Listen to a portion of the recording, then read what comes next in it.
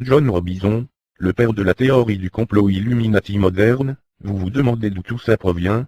Les théories du complot Illuminati, franc-maçonnique de gouverner le monde, et de tout détruire?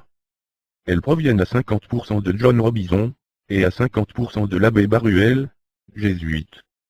Son ouvrage le plus célèbre s'intitule Proof of a Conspiracy Against All Religion, and Government of Europe, Carrying into Secret Meeting of Freemason, Illuminati, and Reading Society, etc., Collected from Good Authority 1797. Robison y développe la thèse d'un complot maçonnique dans la Révolution française en parallèle à l'action des Illuminés de Bavière. Il se basa sur des renseignements fournis par l'agent secret Alexander Horn pour son livre. Cette thèse recoupe celle du jésuite français Augustin Baruel. Robison accuse les francs-maçons, avant tout du rite français, de complot révolutionnaire. Tout comme Baruel, il indique que les Illuminés de Bavière ont influencé les loges françaises, les incitant à comploter contre l'État, et leur soufflant l'idée de la Révolution française. Pour Frédéric Charpier, en parallèle aux mémoires pour servir à l'histoire du jacobinisme, écrites en 1798 par l'abbé Augustin Baruel, Robison publie de manière indépendante les preuves d'une conspiration contre l'ensemble des religions et du peuple menée de toutes mains par l'ensemble des gouvernements du monde, où il prétend montrer l'existence d'une conspiration des Lumières, œuvrant au remplacement de toutes les religions, par l'humanisme, et de toutes les nations par un gouvernement mondial unique. D'où viennent les théories du complot sur les Illuminati? Comme les légendes urbaines, presque toutes les théories du complot sur les Illuminati sont composées des mêmes éléments de base. Ces ingrédients peuvent être mélangés suivant différentes combinaisons, ou bien une partie peut être mise en avant au détriment d'une autre. Cependant, elles sont toujours réunies pour former plus ou moins la même histoire. Vous avez tous entendu parler de ces différents ingrédients, les Illuminati, les francs-maçons, le satanisme, le groupe de Bilderberg, ou tout simplement les banquiers. Chacune des pièces de ces théories sur les Illuminati apparaît à un moment différent de l'histoire. Dans la plupart des cas, elles ont été développées par des personnes puissantes et influentes qui se sont vues privées de leur statut par des mouvements de masse. Premier élément, les Illuminés de Bavière. Le premier élément des théories du complot Illuminati se fonde sur un groupe qui a réellement existé, l'Ordre des Illuminés, fondé en Bavière en mai 1776. Son chef, un professeur de droit canonique nommé Adam Weishaupt, voulait libérer le monde de toutes les religions établies, et de toutes les autorités politiques. Son ordre voulait se débarrasser des monarques, et des églises qui dirigeaient l'Europe depuis le Moyen Âge, afin d'ouvrir un espace aux nouvelles formes de commerce, de science, et de gouvernement démocratique bourgeois qui cherchaient à émerger. Les Illuminés prirent modèle en partie sur les Jésuites, un ordre religieux catholique, ainsi que sur les francs-maçons dont ils tentèrent d'infiltrer les loges. Pour comprendre ces groupes, il faut se pencher sur le contexte de leur émergence. Les Illuminés sont apparus à l'époque des Lumières, une période de changements radicaux en Europe, depuis le XVIIe siècle jusqu'à la fin du XVIIIe, période au cours de laquelle le vieux système social, celui où rois et prêtres dominaient des masses paysannes, commençait à vaciller. Une classe de riches marchands avait émergé en Europe, développant le commerce à l'échelle du globe. De nouvelles technologies s'étaient développées, entraînant de nouveaux types de travailleurs qualifiés. Ces nouvelles classes commençaient à être plus puissantes que les souverains et la noblesse. La Révolution américaine montra au monde entier le pouvoir de ces classes, lorsqu'elles se libérèrent de la tutelle de la couronne anglaise. À mesure que le monde social changeait, les gens commençaient à penser différemment. Avant les Lumières, on considérait que le monde physique et l'ordre social étaient déterminés par la loi de Dieu. Avec les Lumières, des empiristes comme Newton, des philosophes comme Hobbes et Rousseau, développèrent les sciences et les idées politiques modernes. On commença à penser que le monde physique était organisé selon des lois naturelles, comme celle de la gravité, et que ces lois pouvaient être découvertes par la raison. On se mit également à imaginer et à décrire des manières dont les sociétés pourraient être organisées sans roi, au moyen d'un contrat social entre citoyens. Très vite des centaines de petits groupes de penseurs et d'activistes ont capté l'esprit des Lumières.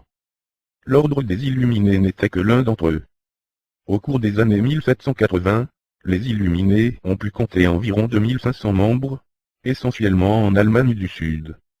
Mais ils ne parvinrent pas à renverser l'ordre féodal, et furent rapidement réprimés par les autorités. Interdit et travaillé par des dissensions internes, l'ordre s'est dissous vers 1787. Comme bien d'autres groupes de ce genre, les Illuminés n'ont pas réussi à apporter de changements révolutionnaires. Ceci adviendrait sans eux. Dans la décennie qui suivit la déroute de l'ordre des Illuminés, des mouvements importants ont agité le territoire français, culminant dans la Révolution française. Les révoltes de paysans affamés et de travailleurs urbains ont renversé l'ordre féodal séculaire et lancé une vague de changements à travers toute l'Europe. Les esclaves d'Haïti tentèrent leur propre révolution, aspirant à la même liberté que les citoyens français qui prenaient possession des rues de Paris. Les aristocrates ont été expulsés de leurs palais, les églises brûlées, et les prêtres écartés du pouvoir. Un système parlementaire a été établi avec des élections, des représentants, et une législature. C'était la première fois qu'une chose semblable se produisait dans l'histoire. Mais tout le monde ne se réjouit pas de ces changements soudains en Europe. Ceux dont le statut social dépendait de l'ancienne aristocratie et de l'Église cherchaient à résister. En réponse aux événements, certains élaborèrent les premières théories du complot Illuminati. En 1797, John Robison, un physicien écossais, écrivit preuve d'une conspiration contre toutes les religions et tous les gouvernements d'Europe, perpétuée dans les rencontres secrètes des francs-maçons, des Illuminati et des sociétés de lecture, etc., provenant de sources fiables. À la même période, entre 1796 et 1799, un prêtre jésuite exilé à Londres, l'abbé Augustin Baruel, écrivit des mémoires pour servir à l'histoire du jacobinisme. Ces deux auteurs, qui se citent mutuellement dans leurs ouvrages, détestaient la Révolution française, et en attribuaient les origines et les conséquences à un petit groupe de conspirateurs, les Illuminati. Robison et Baruel affirmaient que l'ordre des Illuminés n'avait pas réellement été dissous en 1787, mais qu'il était simplement passé dans la clandestinité. Pour eux, les Illuminati avaient secrètement préparé et conduit la Révolution française. Ils se cachaient toujours dans les loges maçonniques, projetant de renverser les gouvernements en Europe et en Amérique.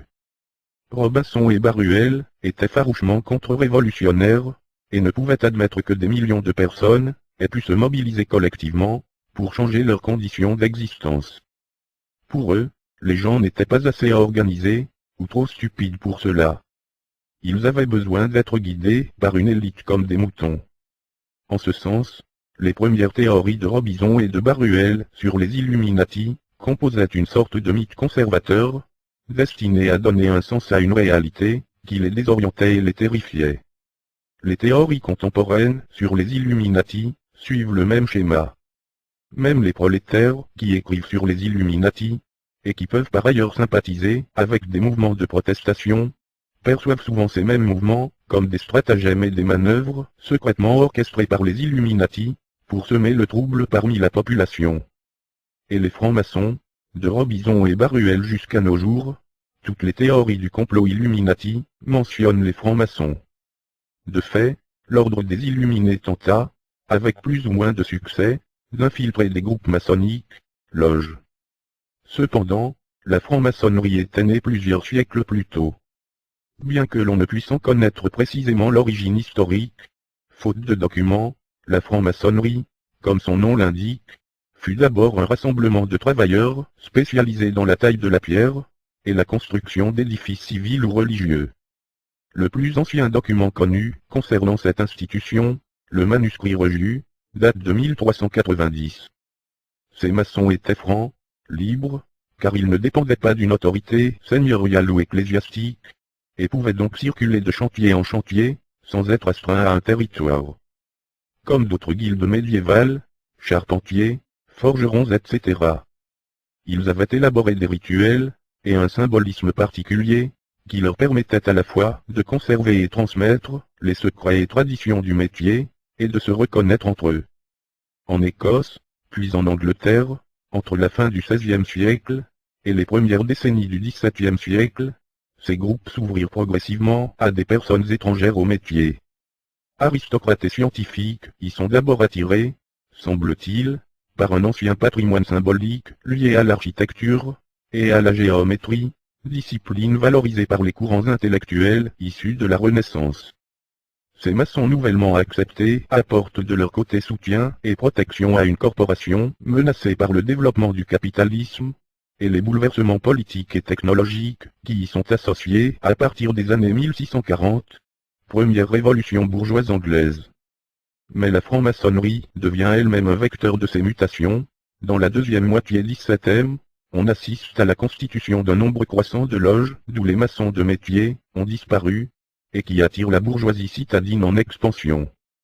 Au contact des intellectuels et des aristocrates, cette classe assimile les usages sociaux qui favorisent son ascension, en même temps qu'elle renforce ses réseaux professionnels. Surtout, elle se cultive et apprend le débat d'idées dans un lieu où la tolérance, notamment en matière religieuse, est exigée des membres, en réaction à des décennies de conflits entre protestants et catholiques dans les îles britanniques. Essaimant en Europe continentale dès les années 1720, les loges maçonniques deviennent un foyer de développement des idées des Lumières. Cela parce que ces idées sont dans l'air du temps, et que l'appartenance à la franc-maçonnerie est une mode qui touche l'ensemble des classes sociales dominantes de la société européenne. Dans son symbolisme et ses rituels, la franc-maçonnerie accordait depuis l'origine une large place non seulement à des concepts d'égalité et de fraternité importés des milieux monastiques, mais aussi à ceux de progrès individuel et de valorisation des sciences. Parmi les premiers francs-maçons acceptés connus figuraient Robert Moray, en 1641, et Elias Ashmole, en 1646, tous deux cofondateurs en 1660 de la Royal Society, chargés de promouvoir et de développer les sciences, et le savoir naturel, fondé sur la raison et l'expérience. Ce lien avec les Lumières, jusque dans leurs formulations les plus radicales, explique que les personnes opposées aux révolutions tentent à voir les francs-maçons comme des ennemis. Pour autant, si de nombreux francs-maçons se sont engagés dans les révolutions du XVIIIe siècle, américaines, françaises, d'autres, tout aussi nombreux mais moins connus, sont demeurés du côté conservateur et monarchiste. En réalité, c'est un autre élément propre à la franc-maçonnerie qui constituera le facteur déterminant de l'omniprésence de cette dernière dans les théories du complot Illuminati, le secret qui entoure l'activité des loges. Si l'on se cache, c'est que l'on a quelque chose à cacher. Or on ne peut vouloir cacher que des choses répréhensibles. Tel est depuis toujours l'argument de base des fantasmes antimaçonniques. Le plus ancien écrit imprimé hostile, distribué à Londres en 1698, le proclame, car pourquoi des hommes se rencontreraient-ils dans des lieux secrets avec des signes secrets, en prenant soin de n'être vus de personne, pour faire l'œuvre de Dieu. Ces manières ne sont-elles pas celles des méchants? C'est également l'argument de la première condamnation, prononcée par l'Église catholique, à l'encontre de la franc-maçonnerie en 1738, car s'il ne faisait point de mal, il ne haïrait pas ainsi la lumière, bulle eminenti du pape Clément XII. Ce que cacherait le secret maçonnique varie selon les auteurs, orgie ou homosexualité, libertinage ou athéisme, hérésie, ou, bien sûr, conspiration politique pour les auteurs du XVIIIe siècle. L'adoration du diable, et les sacrifices humains, qui avec la pédophilie, caractérisent les fantasmes contemporains liés au complot Illuminati, ne viendront qu'au siècle suivant, notamment sous la plume du mystificateur Léo Taxil. Si ces allégations ont pu séduire le tout commun, l'accroissement du nombre des francs-maçons, au cours du XVIIIe siècle, pouvant démentir ces rumeurs, a conduit à inventer l'existence d'autres secrets à l'intérieur du secret, que les francs-maçons de base ignoraient. Et c'est évidemment dans ces secrets supérieurs que résiderait l'essence de la maçonnerie, tandis que la masse des maçons naïfs et manipulés ne recevrait que des secrets de pacotille. Ce jeu de poupées russes d'un groupe secret, qui en dissimulerait un autre plus secret, et donc plus puissant, inconnu du premier, et ainsi de suite à l'infini, est un ingrédient essentiel des théories du complot Illuminati. Elle est la source du concept des arrière-loges développé par Baruel, et repris par Léo Taxil, et l'extrême droite catholique du XIXe, et perpétué jusqu'à nos jours. Comme le reste, elle peut être datée historiquement. Elle prend sa source dans les années 1730-1740, où l'on voit apparaître les premières traces de haut grade, ou degrés de perfection, élaborés en complément des 3 degrés classiques d'apprenti, compagnon, maître. La vocation première de ces degrés était de donner une suite à la légende fondatrice du grade de maître, le meurtre d'Hiram, censé être l'architecte du temple de Salomon, par 3 mauvais compagnons. Chaque degré supplémentaire rajoutait une partie à l'histoire de ce meurtre. Le premier de ces hauts grades connus en France est celui de maître écossais, dont se servira l'abbé Larudan pour lancer la première forme de l'idée d'arrière-loge dans son ouvrage Les francs-maçons écrasés, 1747. Mais c'est le degré de chevalier kadosh, élaboré dans les années 1750, qui alimentera le plus durablement la théorie de la conspiration politique et anti-chrétienne des arrière-loges. Dans la cérémonie d'initiation à ce grade, la figure d'Hiram est remplacée par celle de Jacques de Molay, dernier grand maître de l'ordre des Templiers, brûlé sur le bûcher en 1314, que les chevaliers kadosh ont pour mission de venger symboliquement. La mort de Molay étant imputée au roi Philippe le Bel, et au pape Clément V, responsable de la dissolution de l'ordre du Temple, les nouveaux chevaliers kadosh devaient symboliquement fouler aux pieds une couronne royale et une tiare pontificale. On imagine le profit que les auteurs contre-révolutionnaires ont tiré de ces descriptions après 1789.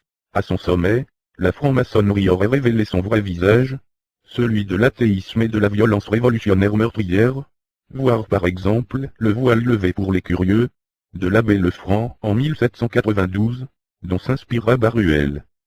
Alors même que le contenu des hauts grades est connu et disponible dans toutes les librairies, le phénomène continue, il faut trouver de nouveaux secrets, pour justifier les thèses conspirationnistes, le plus souvent des révélations inédites fournies par des repentis des cercles les plus secrets de la franc-maçonnerie.